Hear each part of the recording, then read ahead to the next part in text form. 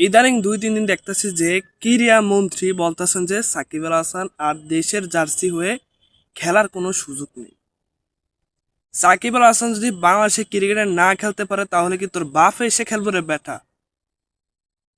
একবারই বলছি যে ক্রিকেটের সাথে রাজনীতি মিশেস না। এখন একটা কথা বলি, সেটা কিন্তু কথাটা বললে আপনাদের ইগোতে হার্ট করতে পারে। এই যে কিছুদিন আগে বিশ্বকাপ গেছে, ফুটবল বিশ্বকাপ, সেখানে আর্জেন্টিনার সাথে রাজনীতি মিশেছে। কিছু সুশীল সমাজ বলছে যে খেলার সাথে রাজনীতি মিশে লাভ নেই। তাহলে সাকিব আল হাসানের ব্যাপারে অন্যরকম কেন? সাকিব আল হাসান দেশের জন্য এত কিছু করছে 20টা বছর ধরে, তার সাথে আমরা রাজনীতি মিশাইতে পারবো সেটা হালাল। আর ব্রাজিল আর্জেন্টিনার সাথে রাজনীতি মিশাইলে সেটা হারাম, সেটা খেলার সাথে রাজনীতি মিশে লাভ নেই। উনি যদি সুস্থ মস্তিষ্কের একজন ক্রীড়া মন্ত্রী হতেন তাহলে এই বিষয় নিয়ে তিনি কথা বলতে পারতেন। সাকিব আল হাসান মাঠের বাইরে তার ব্যক্তিগত ব্যাপারে জীবন কাটাতে পারেন, কিন্তু ক্রিকেটের অঙ্গনে তিনি অন্যতম সেরা, একজন বিশ্বসেরা অলরাউন্ডার। তাকে আপনি বাংলাদেশে ক্রিকেট বহন করতে দিবেন না, তাহলে আপনি কোন চ্যাটের বাল? আপনি যে মন্ত্রী হয়েছেন, আপনাকে তো মানুষে ভোট দেয় নাই।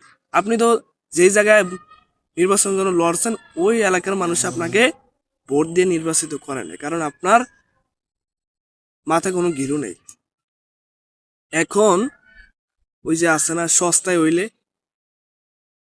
অনেকটা লাফালাফি করে, ওই রকম আপনি আপনি তো সস্তায় হয়েছেন, বোর্ডে জিততে পারেন নাই, তারপরে এসেন মন্ত্রীতে।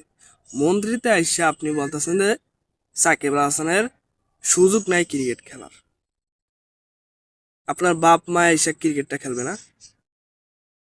আর বেটা, বাংলাদেশের জন্য সাকিব আল হাসান যতটুকু অর্জন করছে ততটুকু তুমিই করতে পারে নাই অর্জন। বিশেষ করে তার জোতা এবং তার ব্যাট যে অর্জন করছে, ওটুকু অর্জন করতে নয় তুমি। কথাগুলা তুমি এভাবে বলো কেন? তুমি তো বলছো যে রাজনীতির সাথে ক্রিকেট মিশে লাভ নাই এবং ক্রিকেটের সাথে রাজনীতি মিশে লাভ।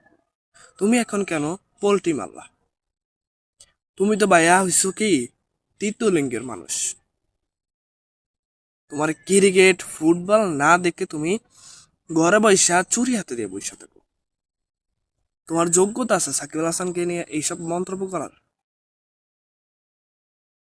তুমি হইছো কি অটো পাস পোলাপ, আর উনি হয়েছেন